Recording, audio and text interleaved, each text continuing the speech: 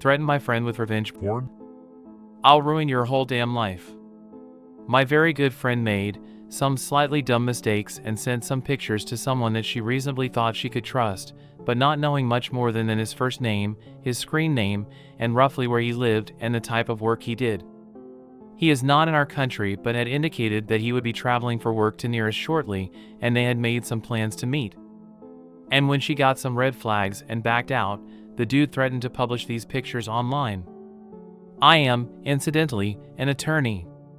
So, some searching later, and gathering up any pictures he sent her of him that could possibly identify him, his online handle led me to a TikTok page, which led me to an Instagram page with his name on it. That led to a LinkedIn page with his place of work that matched a picture he sent with a branded polo he was wearing.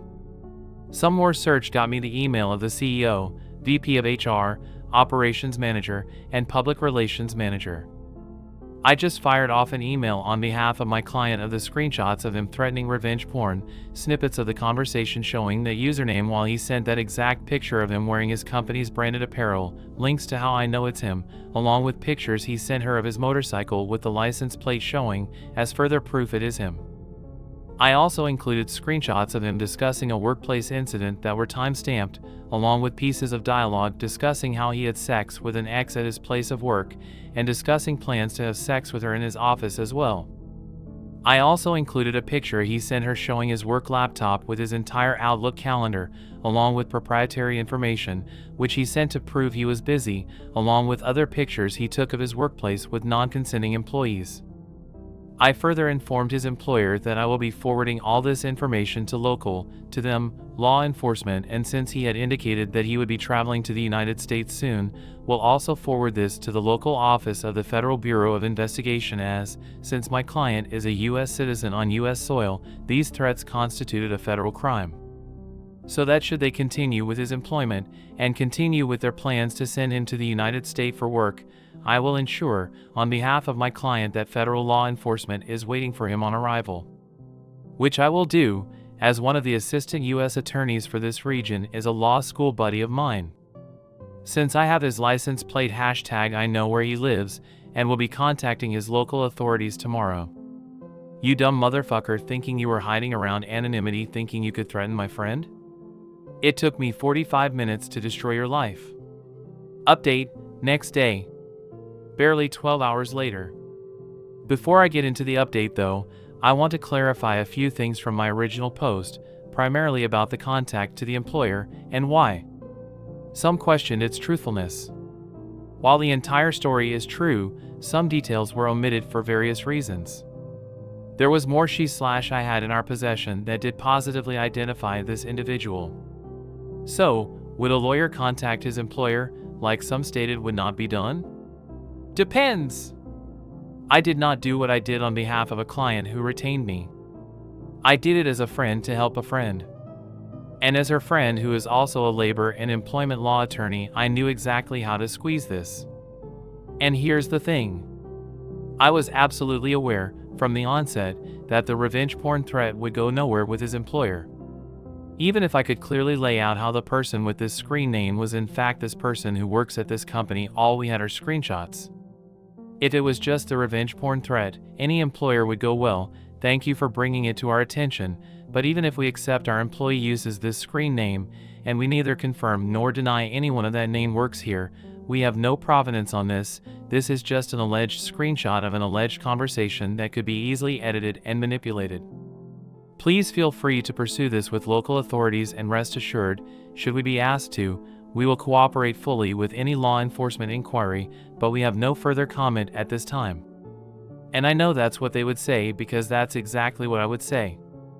An alleged screenshot of an alleged conversation that was allegedly sent under an alleged username that is allegedly one of our employees? Whatever, dude, call the cops if you're worried about it. We'll answer them honestly if they come to us.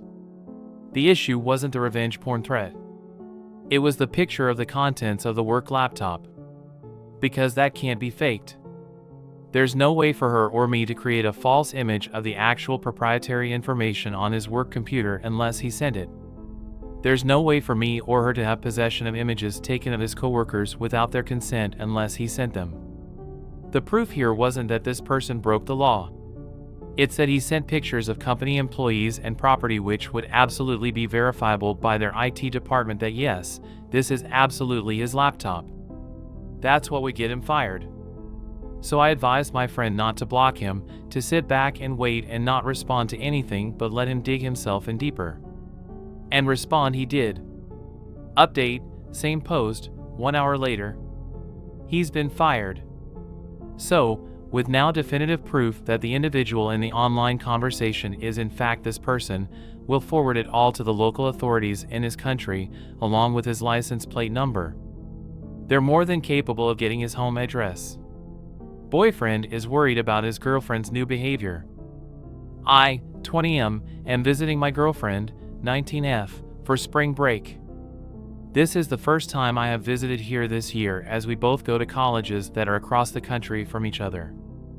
I have met her 2 roommates briefly when we FaceTime and they all seem nice and enjoy similar things as her. They had met each other through social media and had been talking for a while and had planned to live together, so they're all pretty close. Her dorm is apartment style, includes living room and dining area. When she was giving me a tour, I saw that there were 4 bedrooms. I know she and her 2 other roommates all have a room, but I didn't know why there was a 4th room. When I asked her, she said that the room wasn't that important and laughed with her roommates. The first night, after having dinner, the 4 of us were hanging out in a living room area when the door opened and another girl walked in. She seemed surprised to see me and walked right into the 4th bedroom. My GF and her roommates started to laugh, and after they were done told me that she was their other roommate. I was super confused because anytime I've talked with my GF, the only other people who talk were the other 2 girls.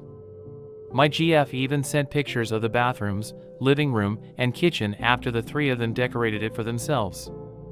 My GF and her roommates then told me that because they went into the dorms as a group of 3, they ended up with a random roommate.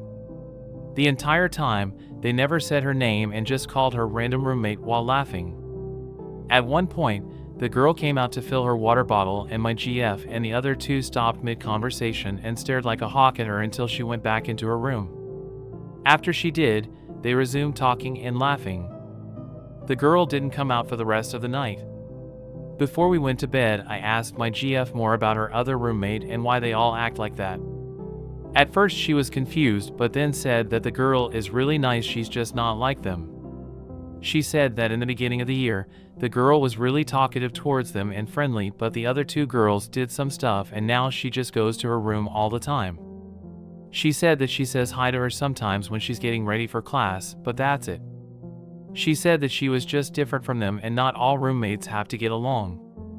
I asked if she knew I was coming and staying here for a week and she said no, but she'd be fine with it. The past 3 days I've been here, I've noticed that while my GF and her roommates all hang out in the living room, the other girl stays in her room and only comes out when she leaves. My GF gave me a more in-depth tour and the girl gets 1 door shelf in the fridge and half a drawer/cabinet in their kitchen. The rest is used by the other girls. I asked why she doesn't have more space and my GF just shrugged. I'm not sure why, but I just feel really soured about the entire thing. My GF has never been a mean girl, but something about this just makes me uncomfortable. On one hand, I'm really happy my GF was lucky enough to have roommates she gets along with and are her friends, but on the other hand, I feel bad for her other roommate. I don't know if I'm just overthinking this. How do I bring this up to my GF, or should I just leave it alone? Editor note: this post did not receive many comments, but the ones that were posted all agree that he needed to let his girlfriend go. Update: I 20M am not comfortable with my GF's 19F living situation and I'm not sure how to bring it. Hi everyone. I posted a while back and received some replies as well as a bunch of private messages. I decided to post a short update to let you all know what happened. Shortly after I posted and read through your comments and messages, I realized that this relationship was about to end. A lot of you brought up great points. Andy just couldn't justify staying with a person who acts like this. That night, we all went out to a couple of parties and seeing her act just kind of reinforced my previous thoughts. Her and her friends were just so rude. I don't mean flat out, they actually were pretty fun and nice to a bunch of people, but the 3 of them just had no regard for everyone else except for them. It was like they had no awareness of their surroundings and didn't even care. Towards the end of the night, I was so upset about everything that I asked my GF if we could head back early. She said yes, and we split up from the other two girls. When we got back to her place and got ready for bed, I brought up her two roommates and just lightly spoke about everything on my mind. She fully admitted that she knew the two girls were rude and literally called them horrible bitches, but there was nothing she could do because they all lived together. I brought up that she willingly signed a lease to move in with them in an apartment next year, and if she didn't like them, why did she always entertain them? She said she didn't know what to say and just kind of shrugged it off. I then asked about her other roommate and found out what the other two girls did. Apparently, when the three of them went out, the girl made her dinner and ate in their living room while watching a movie. When they came back and saw her, one of the two walked into the living room, unplugged the TV in the middle of the movie, and said, "You did not pay for this. This is not yours. Do not touch," while the other girl took the remote and laughed. The TV belonged to one of the roommates who brought it from her room at home. The apps on it were all split between the roommates, and I think one of the accounts belonged to the girl. So, my GF and the other girl also didn't pay for the TV. I was shocked. That is legit mean girl stuff you see in movies. When I asked my GF what she did, she said she did nothing and in the moment laughed because she was embarrassed for her, and that's just what she does when she's uncomfortable, which is true. My girlfriend passed out after that, and I spent a little bit packing my stuff and preparing what I was going to tell her. The next morning I straight up told her that I really don't see a future with her. I said that she has become a bully and I don't want to be with someone who surrounds herself with people that are horrible people. She became defensive and said that she's never done anything bad and it's the other two girls. I told her that by now, she's an adult and had many chances to not partake in their bullying but has chosen to and stuck up for them. She got very emotional and then became angry and told me to leave. I got an Uber and headed to the airport, and when I got back to my place she had texted me and asked if this was a break while I figured out what I wanted or if this was definite. I restated what I told her and said that I hope she figures out who she is and I wish her well. I think she blocked me after that.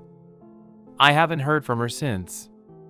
I did hear from my friend's GF, who is friendly with her, and on her private stories, that their room got busted for having alcohol in them, which is banned in the dorms, and all four of them have to have a meeting with their RA and dorm director proving their innocence. I hope this gives the fourth girl an opportunity to tell them about her living situation, but I don't think I'll ever know.